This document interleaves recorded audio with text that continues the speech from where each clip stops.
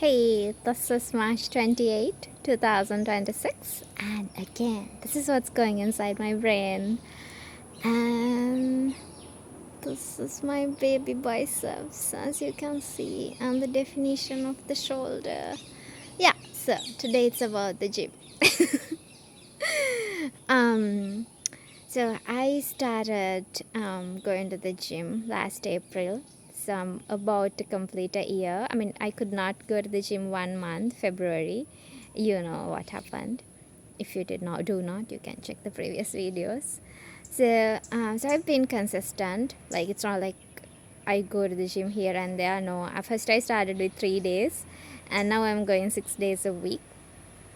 And when I started the gym, I was the same weight as I am today, so I have not gained weight or like reduced weight or anything.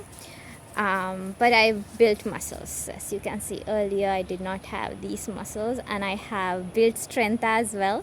How I know I've built strength is because now I can lift heavier weights compared to the weights that I used to lift earlier. So when I joined the gym, I was 41 kgs. Still I'm 41 kgs. I mean, sometimes it becomes 40, sometimes it becomes 42. I'll get to that later. It's not like an actual deviation. It's, I think, a hormonal something, or just based on the food and water that I'm having on particular days and the clothes that I'm wearing. So the reason that I started gym, people ask me why, because normally in Sri Lanka girls go to a gym if they are fat, or women go to a gym when they have been diagnosed with cholesterol or diabetes or something, and the doctors are asking, okay, go hit the gym. So that's like the only two reasons generally for women. Like 99% of females go to the gym for those reasons. There's like maybe less than 1% in Sri Lanka females going to a gym just for fitness and build muscles and all that. So when I first went, I was like, I wanted to do the EBC trek last year, October, November.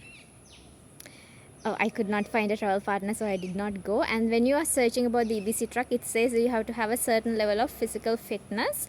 Like it's not like a pro level of something, but because it's so above the sea level, like it's so above even our highest peak. Our highest peak is Vidrutalagala, but the whole Nepal is above that. So what happens is when you're in an area, like, you know, where it's like way above sea level than we are used to living, we cannot function properly because we are not going to get the same amount of oxygen that we are getting here.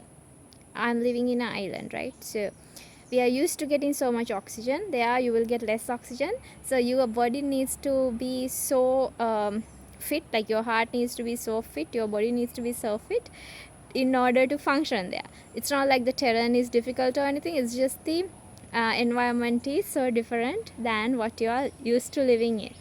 So I just went to the gym, and coach was like, why did you come? And then I was like, I have this thing and I want to just do strength training. So he gave me basic stuff. So first it was like 3 days a week. So first day I did like, you know, squats, goblet squats, a leg extension, leg curl, and lateral raises, front raises, I think a chest press. So sort of stuff, like the basic stuff I did there. Then I little by little increased the number of days, and now I'm going 6 days a week. The first day when I came from the gym, I could not walk. So the first 3 days was like so bad. I could not like walk, sit, like it was like I was going to fall. And after that I just started loving it. Like even those days I did not feel like I need to stop, because if I research and do something, and I'll make sure I do it, because I knew that I wanted to go to the gym. So by the time I've been working out for like 2-3 months, I realized, okay, I'm getting little bit muscle definitions, and I loved it. I anyway found myself very beautiful. I never had like, issues with how my body is. I mean, there are teeny tiny things that I don't like about my body, yes, but then overall, how my body looks, the shape and all that, I was like always happy. I I'm in love with my looks physique, okay? Then I realized, okay, this is better. I'm becoming hotter and fitter. And then I started researching more and more. I realized that this women needs to do this. Like, the younger you start, it's better, because after 45ish sort of, you're going to need this strength that you're building. So for that, I was like, um, let me now build muscles as well. Now I was like, coach, no, I just now want to like actually work on like, defining my muscles and all that. And then little by little we started doing like stuff, and I'm very glad that, I don't know, somehow I ended up choosing going to the gym, because it's not for someone who is demotivated by anything. Because generally, let's say I didn't have anyone to go to the gym with me, so it's going alone. And in gym, like this, if you have someone to support, like, you want to lift a weight, it feels so good. So I went there alone. I was doing like stuff on my own, and even now, like, I can maybe lift 12.5 if someone give a teeny tiny bit of a support. But I have to just keep lifting 10 kgs because there's no one to give me that support, right? So it's very difficult to progress as well when you don't have someone to just give a small support. And I am not someone who just talks to random people and, become friendly at the gym as well. I'm very selective on who I talk to. And but and also, all the people in the gym are men. Like, I've rarely seen a woman. So if those things were discouraging me, if I was someone who gets discouraged, I would not go to a gym. But I'm like, I don't know, it started showing so much positive um, things in my life. I can't now think of a life where I don't go to a gym like 10 hours a week at least. So now my whole whatever the thing is revolving around my gym hours. So I just go to the gym whenever I wake up, which is, it's normally the same time, but then I'm not someone who go to the gym early in the morning or evening. I go midday, like 10, 11, 12, sometimes even 12. So I'll stay there like maybe 3 hours. So at first I was not doing cardio because it didn't make sense given I'm like so teeny tiny. But then I started like cycling a bit, the stationary bike thing. I was okay with that. I love walking, hiking, right? So I started doing inclined walks in the gym.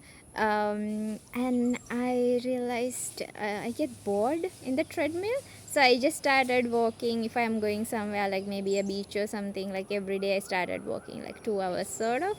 I know it's not inclined, but to make it fun, I started doing backward walking because I get bored otherwise. Like, because you're just in the same scenario, right? So it's just boring. So now what I'm doing is, first day I'm doing chest and back. The next day biceps, triceps, and wrist. And I mean wrist as in forearm wrist. And then the next day I'm doing shoulders and legs. I have to do some things for like, I think, core, abs sort of, but the coach has not really been, I don't know, nice, and has not given me a workout plan for that. So hopefully I get to get something from here in the next couple of weeks and I can add it to my workout. I want to have abs. Like, that's the first thing I think I wanted to have. but I know that's like the most difficult thing to have. I have the two vertical lines, but for women it's very difficult to get abs because women and men are not the same. I mean, most men, I mean, women know that, but most men think that we have just become them. No, we haven't. We can't, even if we wanted to. For a man, the required fat percentage in your body is like 4%. 4% of your weight is the only required amount of fat. For a woman to function, because I want to be a healthy woman who gets her periods on time, like 28-day cycles, and you know, because the female body runs on fat, so the required fat percentage is close to 17 to 20%. If you go below than that, you are not a healthy woman. Your period cycles would stop, and I don't want to go there. So the reason that a lot of people cannot see abs is not because that they have not trained the abs. It's just there's a lot of fat deposited on it, so abs are not visible. So that's why it's difficult for a woman to gain abs, even though, like, you know, the muscles would be built there, and it's just hard, but it won't be visible because biologically that's where women's fat layer is deposited, because women, like our body thinks that we are going to have a baby, right? So if you are going to have a baby, in order to protect the womb, there's a fat layer there always. So that's why I think, I mean, for women mostly, like, you know, if you see there's the lower belly part, that part it won't go. It's just because man does not have a womb. A woman, irrespective of whether that person will give birth, have given birth or not, there's going to be a womb and there's a protective layer, right? So lower belly, there's always the cushioning effect because it want to protect the baby if it's there, right?